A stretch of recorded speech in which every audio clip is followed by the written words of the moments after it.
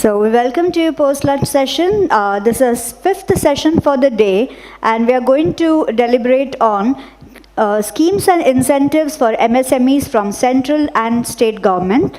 The eminent resource persons for this event are Shri Gokul Das Naik, Joint Director, DIC Mangalore, State MSME Department, and Shri M. Shri Vatsan, General Manager, Zonal Office, NSIC, Bengaluru. So to take over the proceedings, I request Ms. Marilyn to come forward.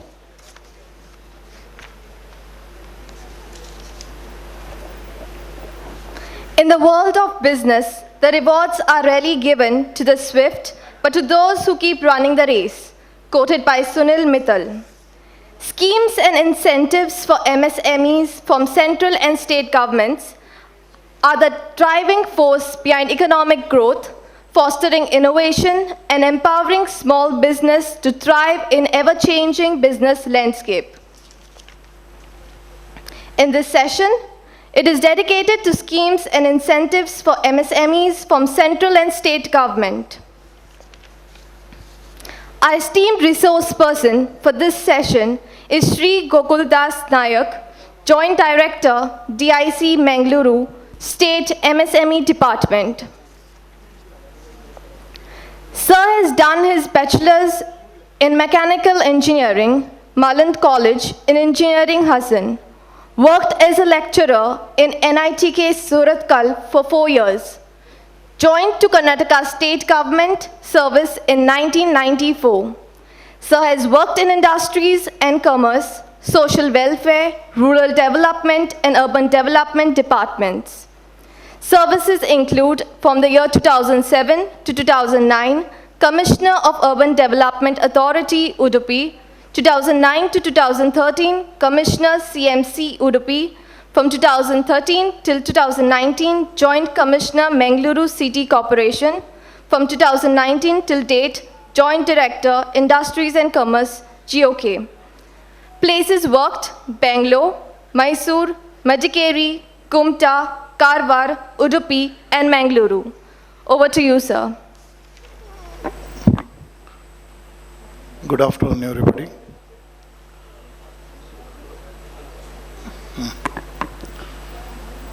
So today in the post-lunch session,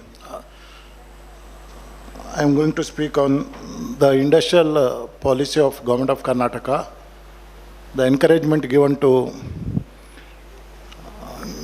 the development of the MSMEs.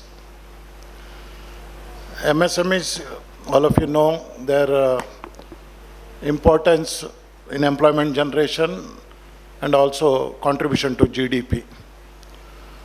So Government of Karnataka is encouraging the industries through industrial policy.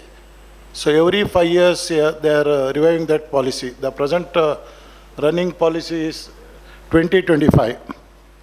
So I'll just show the highlights of this policy. Please, next slide, please. So it's the industry.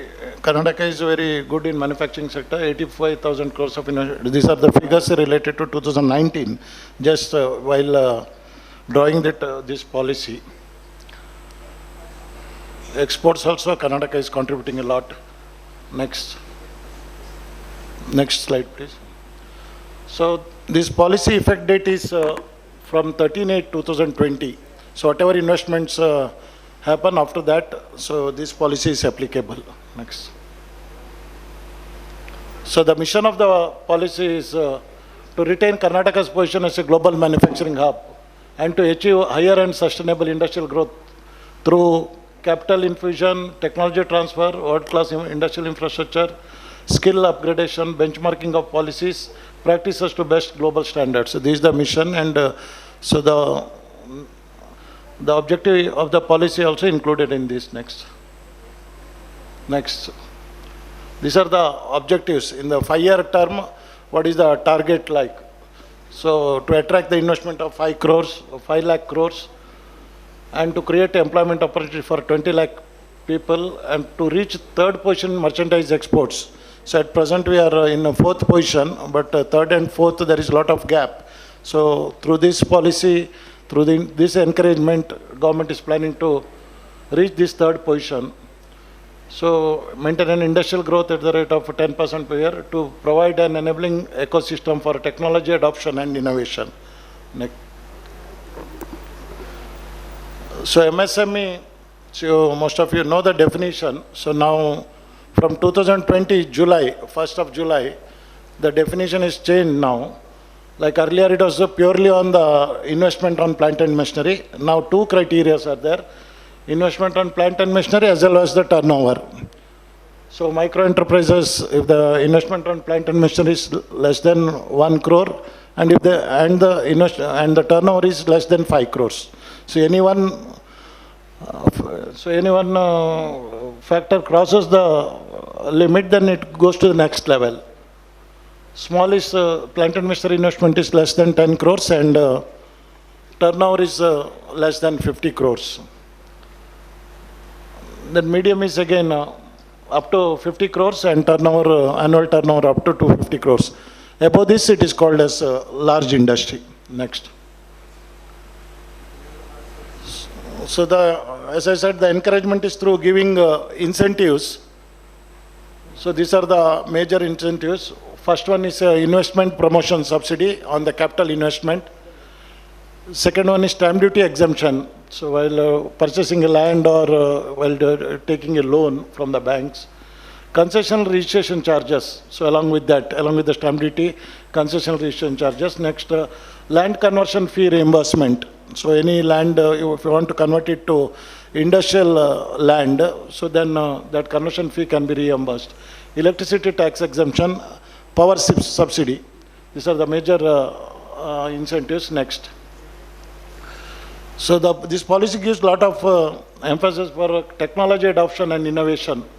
So any technology upgradation loan, so there is an interest subsidy and there is an incentive for technology adoption also. Technology business incubation center, again government is giving a good grant. So that one by one will go next in detail. Incentives for quality certification like ISO and others. Next. So there is one more component in the industrial policy, sustainable and responsible industrialization. So industries which are going for rainwater harvesting, like that wastewater recycling, then reimbursement of expenses incurred for water audit and zero discharge, recycling of electronic waste and plastic waste, and subsidy for setting up ETP. So for all these additional factors, the government is giving some incentives. Next. For export units, certain extra incentives are available. Electricity tax exemption is already there for all MSMEs. Second one is performance subsidy. Third one is bank charges. Next, ECGC charges, certification charges, and fees for acquiring certification. Next. This again, importance is given for artisans also. So now anyhow this PM Vishwakarma scheme is also launched from the central government. So already in 256 districts it is there. Now remaining districts, I think next month in the second phase we are getting that even South Canara also. These are the schemes for artisans. Next. So earlier only government used to develop industrial areas or industrial estate like KADB, KSIDC and all. Now even private investors can also set up the industrial parks. For them also certain incentives are given like land subsidy, water charges and central effluent treatment plant charges. Next. So for giving all these incentives, the entrepreneurs are divided into two categories. One is general category. So other one is a special category. So SC, ST, minority, physically challenged, ex-servicemen, women entrepreneurs. They fall under special category. Some additional incentives are there for special category. Next. Again, it's a state policy. Entire state is divided into 3 zones. Zone 1 is industrially most backward, and Zone 2 is industrially more backward, and Zone 3 is industrially developed. So in the last category, Bangalore, urban and rural districts fall under that. And we, South Canara, Dakshin Kannada falls under Zone 2. Next. So these are which are the districts. So we fall under zone 2, Dakshin Kannada. Next. Next. So applicability of this industrial policy. So who can avail the incentives? So any new investment or any existing unit going for expansion or modernization or diversification, they can avail these incentives. And second one, earlier only for bank finance units incentives we used to give. Now both for bank financed and self-financed, own financed units. So both are eligible. Next. So first incentive, now investment subsidy for micro enterprises, just see only zone 2, because South Canara, we fall under zone 2. So general category is 25% of the value of the fixed assets and maximum 20 lakhs. And for special category, 5% extra, 30% and 25 lakhs. So this is the investment subsidy given on the value of the fixed assets. If they invest on land, building and machinery and other assets, for fixed assets, we consider as value of VFA, value of fixed assets, and based on that subsidy is given. Next. Again, small category of industries, zone 2 you can see, it's a 20% of value of fixed assets, maximum 90 lakhs, and for a special category, 25% of the value of fixed assets, 95 lakhs. Again, it's given clearly, the release of the subsidy is again performance based. Earlier, some of the entrepreneurs, they used to start the unit only just for the sake of the subsidy, but now it is not so, because once the subsidy value is computed based on the value of the fixed assets, the new investments made, but again the release is based on the performance, every year turnover. The 10% of the annual turnover will be considered for release of subsidy. Next. These were the medium industries. It's 35% of the value of the fixed assets, and turnover is 2.5%. 5 years is the validity period. For any micro, small, and medium enterprises, the sanction order is valid for 5 years. So based on the turnover criteria, they'll release it. Next.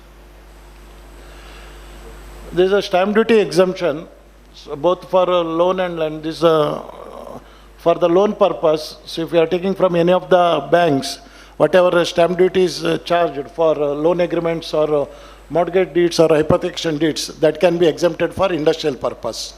Next. So again, this stamp duty exemption for land, when you are taking a land from KADB or KSIDC in any industrial area or estate, so you are eligible for stamp duty exemption while buying that land. And even in industrial converted land, other than industrial area also you can buy, stamp duty exemption is eligible. Next.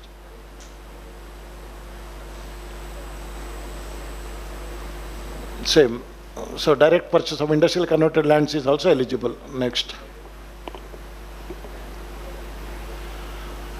So what is the exemption rate? It's in zone 2, stamp duty exemption is 100%, and concession registration charges is rupees 1 per 1,000. So 100% you are exempted from the stamp duty. Next. So there is one more incentive, reimbursement of land conversion fee. So whatever, when you are buying in agricultural land, if you want to convert it to industrial purpose, so whatever the revenue department charges, conversion charges, that can be reimbursed 100%. Next. So this is one more good incentive during the running of the industry. Now what all earlier incentives are during the establishment of the industry. Now during the operation of the industry, electricity tax exemption. So when you get the monthly electricity bill, there will be a component called electricity tax, which is 9% on the bill amount. So that can be exempted for 6 years for any new industry, and for a special category it is 7 years. That tax portion can be exempted. Generally, if a unit gets an electricity bill of 1 lakh, so generally 9,000 will be the electricity tax. That can be exempted for 7 years, so 6 years or 7 years, based on the category. Next. This is one more incentive, power subsidy. You can see the zone 2. So for every unit of the power consumed, rupees 1 will be reimbursed. Rupees 1 per unit for 3 years. So this is the one more incentive during the operation of the industry. Next. So there is a incentive for recycling of electronic and plastic waste. So over and about the earlier incentives, so this can be given as additional incentive for whichever industry is going for plastic waste recycling or electronic waste recycling. We can give 5% on value of the fixed assets, maximum is 10 lakhs. See the over and above the earlier investment subsidy. Next. Next. So this is again an interest subsidy on technology upgradation loan. So if a bank or a state finance corporation, they are sanctioning a loan based on the technology upgradation, so then our department can give interest subsidy for 5 years. So the interest rate is 5%. So 5% of the interest, suppose the interest rate is 9%, so 5% will be reimbursed from our department. So your net rate will be 4%. Like next. Technology adoption. So if any unit wants to take up a new technology, like generally so many research institutes, there are Central Food Technology Research Institute or CPET, Central Institute for Plastic Engineering and Technology, like that. So many institutes are which are giving technology, and they charge some amount for you. So we are subsidizing that. So for general category, 25% of the cost of the technology, maximum 50,000, and special category it is 50% of the cost, maximum 1 lakh can be reimbursed. Next. So these are incentives for quality certification. So during the operation of the industry, they can acquire some quality certification. So whatever cost involved, so we can give to 75% of the cost, maximum 1 lakh for ISO. Similarly for BAS, again 50% of the cost, 25,000, our department can reimburse. Next. These are rainwater harvesting, as I said, sustainable and responsible industrialization. So for that, government is also giving small amount of incentives. Rainwater harvesting, it's 50% of the cost of the equipment and maximum 2 lakhs. And again, special category is 75% to maximum 2.5 lakhs. Next. Next. Again, for wastewater recycling also, we are giving some incentives. Next is reimbursement of water audit expenses, because water is a precious item, you know. So again, for water audit also, whatever the cost involved, where government is reimbursing 75% of the cost. Next. Again, for a zero discharge, so any water using industries, so they are water-based industries, so they are going for a zero discharge. So whatever the cost involved, we are giving 50% on the cost of the equipment. So maximum is 7.5 lakhs. Next. So this is for export units, but in our district already it is there for all MSMEs. So it's nothing special for export. Only Bangalore, no other incentives, only for export this electricity tax exemption is given. Next. So performance subsidy for export units. 1% of the freight on board value to the tune of maximum 10 lakhs. This is a incentive for the export units. So units whichever export more than 50% of their production, they are considered for this incentive. These are bank charges. Again, bank charges also reimbursement can be done up to maximum 1 lakh. Next. Again, reimbursement of export ECGC charges, Export Credit Guarantee Corporation charges. So that is also again maximum 1 lakh we can reimburse. Next. These are the encouragement to the export units. Next, certification charges also. Again, 50% we can reimburse up to 1 lakh.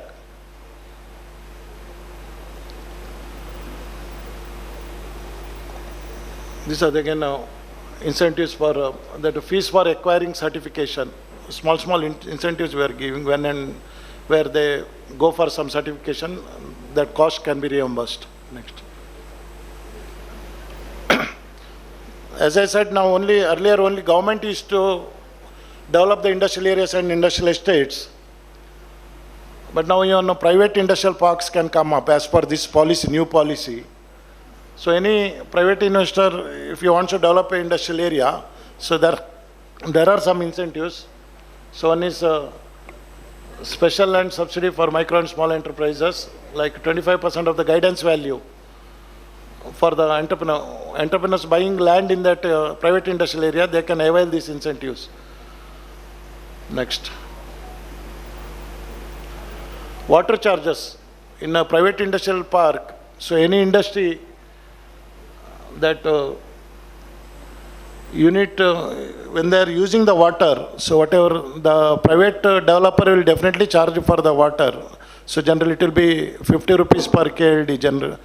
So 15 rupees per KLD can be reimbursed. When you set up a unit in private industrial park, whatever water you are using, so water charges rupees 15 per kiloliter per day can be reimbursed. Next.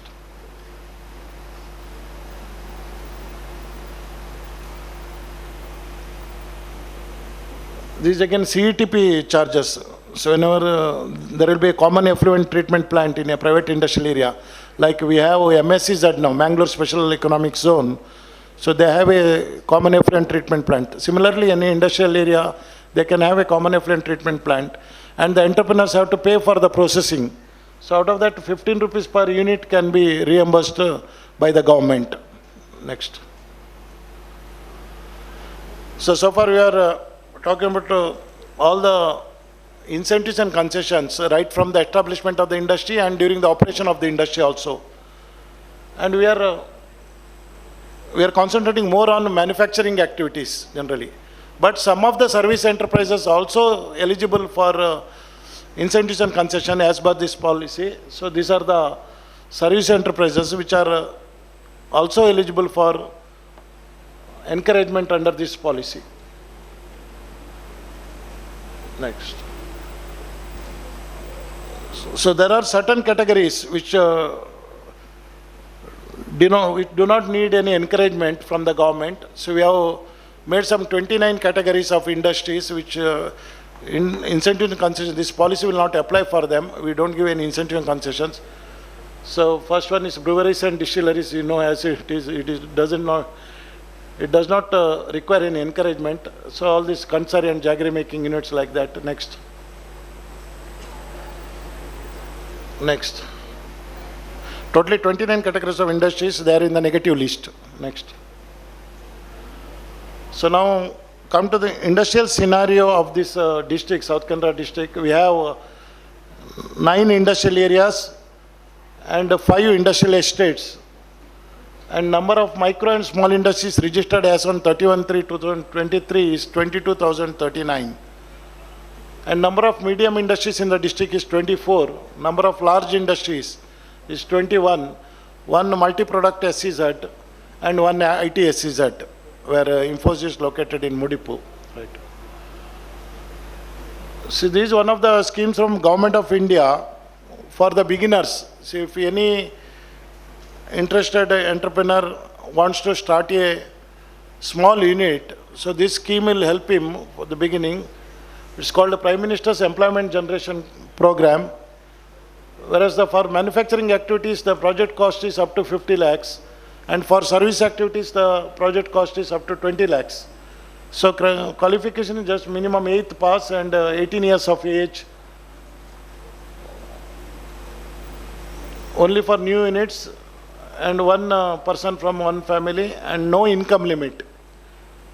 So the good amount of subsidy is there. So if a promoter's contribution is very small, for 10% for general categories and special categories only 5%.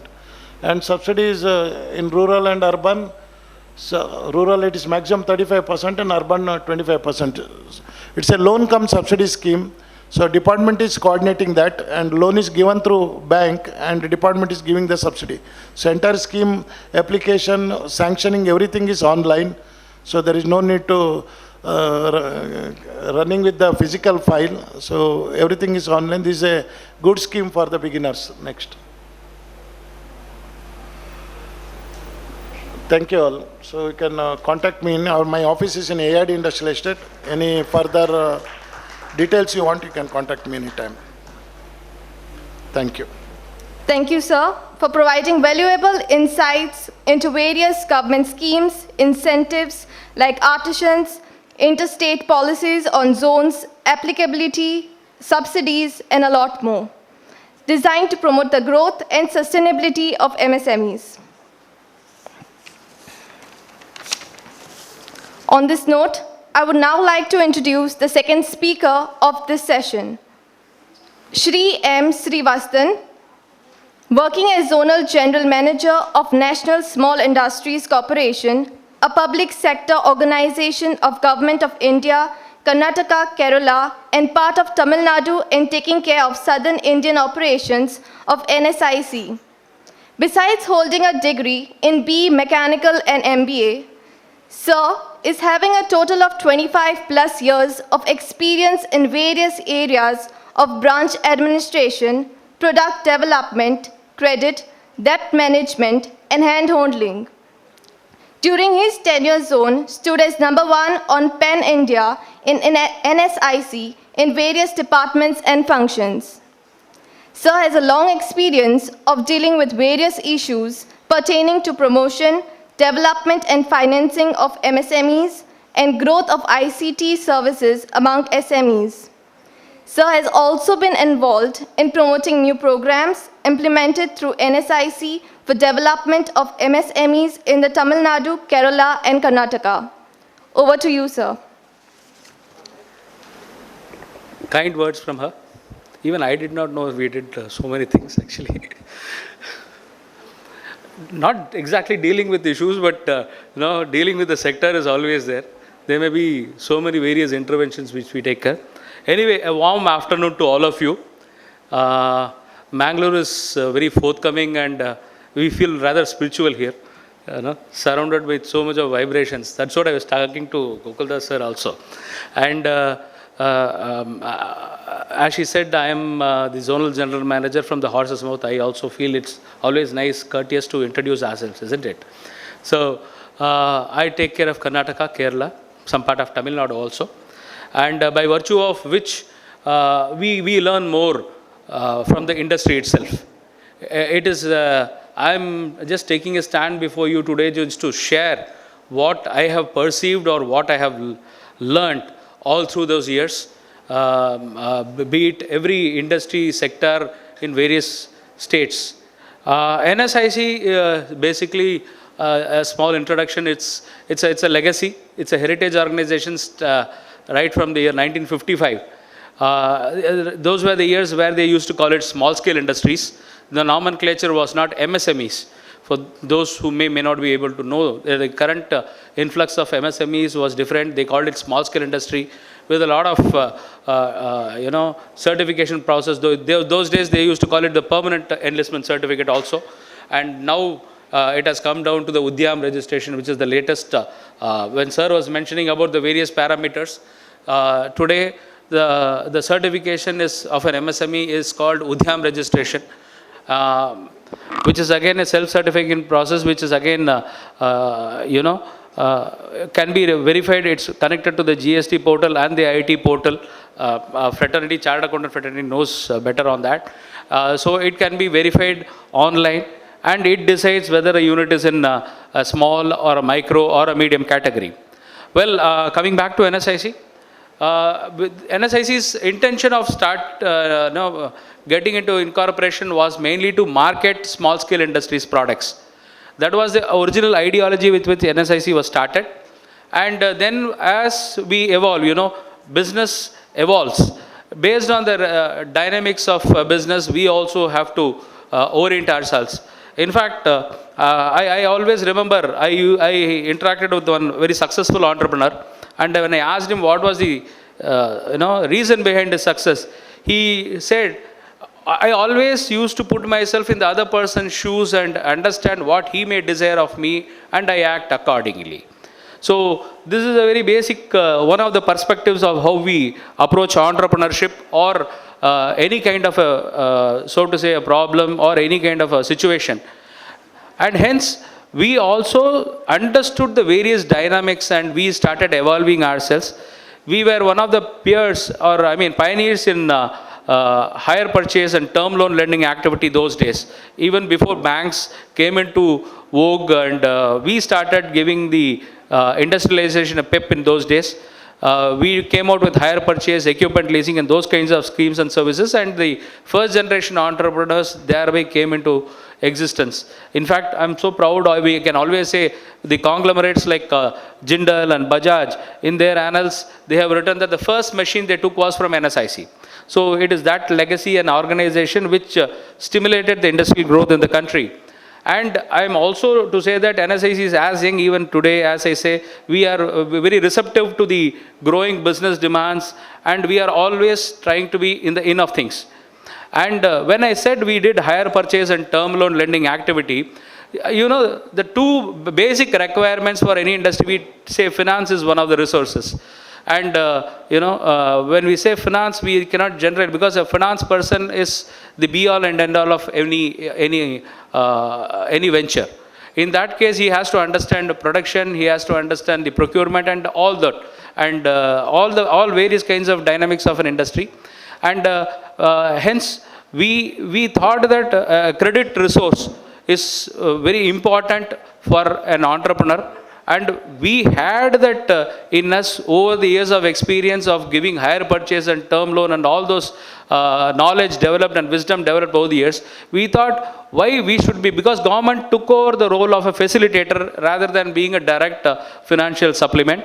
We thought we would take the role of a facilitator, and more than just a single hand resource, we thought we can multiply or increase the access of credit to MSMEs.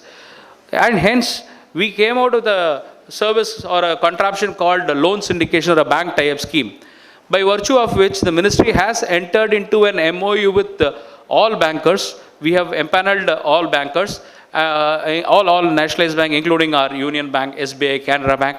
The point was, an entrepreneur should have more choices to make. It could be the banker next door, or it could be somebody else, but banking of his convenience.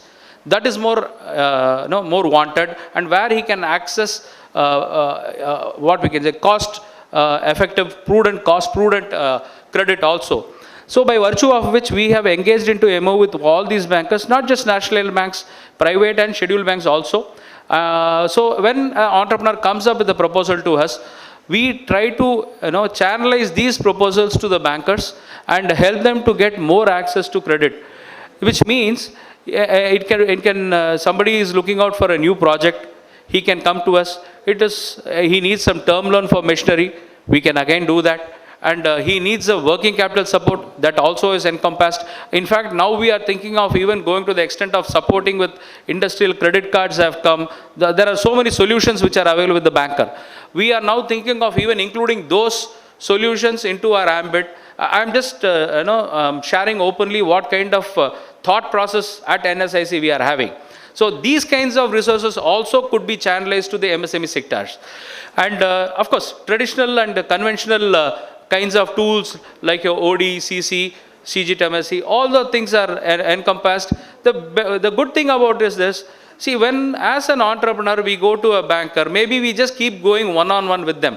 We may not have additional choices, or we may not look at other resources. So if a bank pronounces a decision, and if it's positive, we go with them. If no, then again they have to take for another couple of months with another banker, which means much more time is being taken and consumed for getting a result out of the system.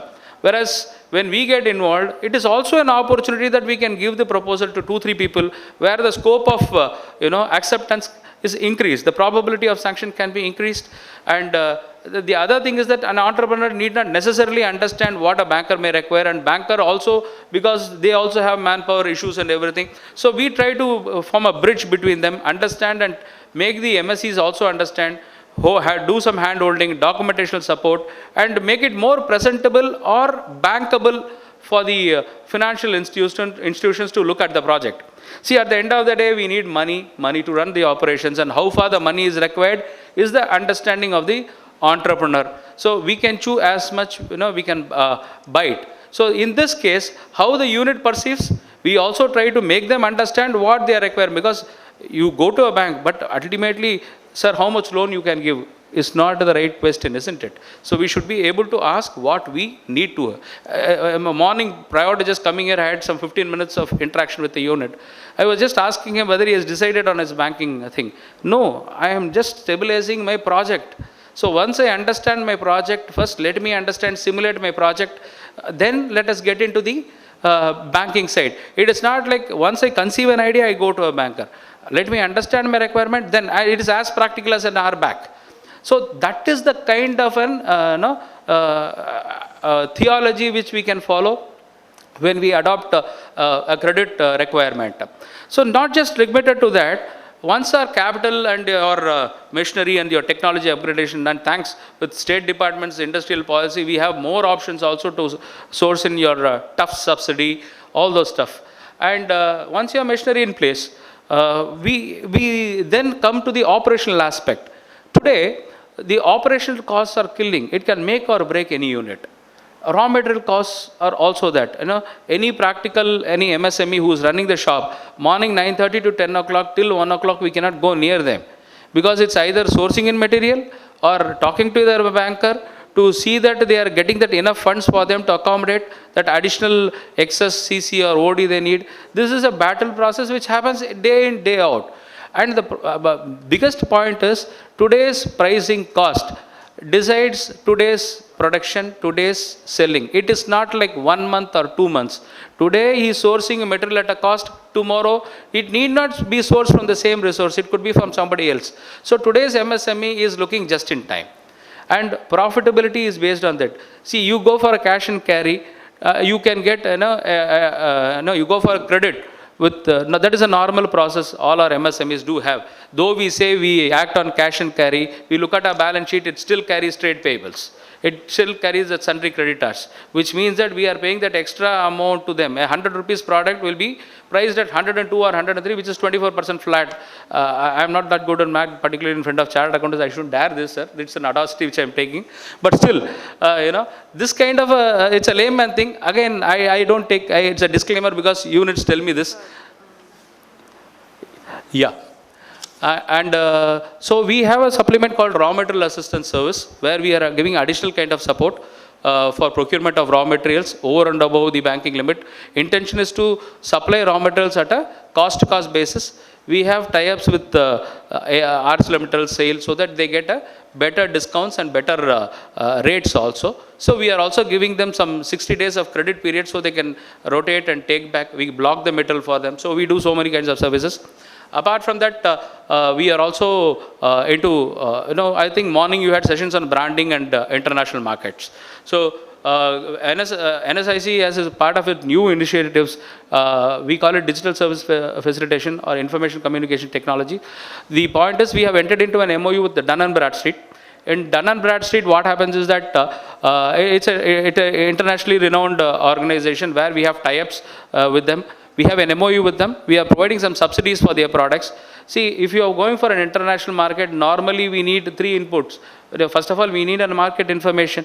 First you need to know who your buyer is. So that product is there. They have 132 companies' buyers data. And buyers data can be accessed. There is a subsidy being provided by the government where you can have an idea who your buyer is first, that. And then orienting yourself towards the buyer. There are some DUNS registration, DUNS solutions which are there, which again can be utilized or made available with some subsidies. Not just limited to that, they also have something called, for the benefit of our chartered accountants also, ESG compliances are more important these days. For that also, there are some 4 different kinds of services which is being offered, where, particularly European market and upcoming maybe American markets also have started responding on the ESG compliances.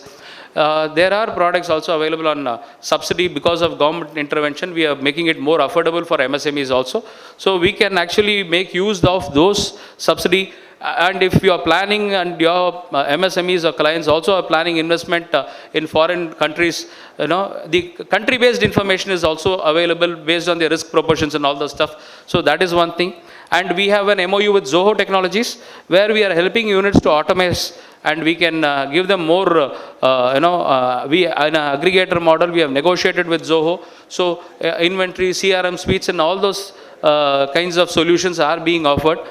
This is a broad spectrum which I thought I will be sharing. There is a subsidy. We have an B2B portal from MSME ministry, where there is a subsidy of almost 75% for MSMEs who can advertise their products, who can become more e-commerce. Now we are talking e-commerce these days, but an MSME cannot experiment, and they don't afford that much to create their own website. They can use government's website to create their own URLs, and also they get tender information, export buyer information, trade leads are given. Most important, they are given information on award of contracts. By award of contracts, I mean when we participate in a tender, you don't know, you go and participate in a tender in government departments, you don't know how much you quote. But in award of contracts, for the product, how much was given, what was the price at which it was purchased, all kinds of information are given in this case. Anyway, stop at this. In broad spectrum, we are all kinds of resources. Anytime you can walk in, it's one-stop shop kind of service, be it credit requirement, physical raw material requirement, machinery or technology support. NSIC is at your call. Welcome always. We are just a call away from you. Thank you so much. Thanks. I'm sure now everyone agrees that in today's fast-paced and ever-changing business landscape, it's essential to stay informed about the support and incentives available. Thank you once again. May I now request CA Prasanna Shenoy, the immediate past chairperson for Mangaluru branch of SIRC of ICAI, to please come on stage. Sir, we request you to kindly hand over a memento as a token of appreciation and gratitude to our resource persons.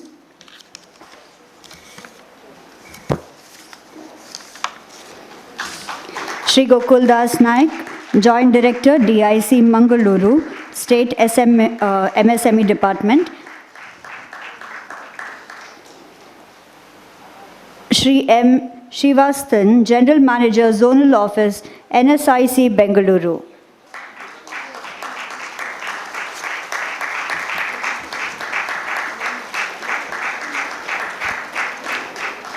Thank you, sir, for doing the honors.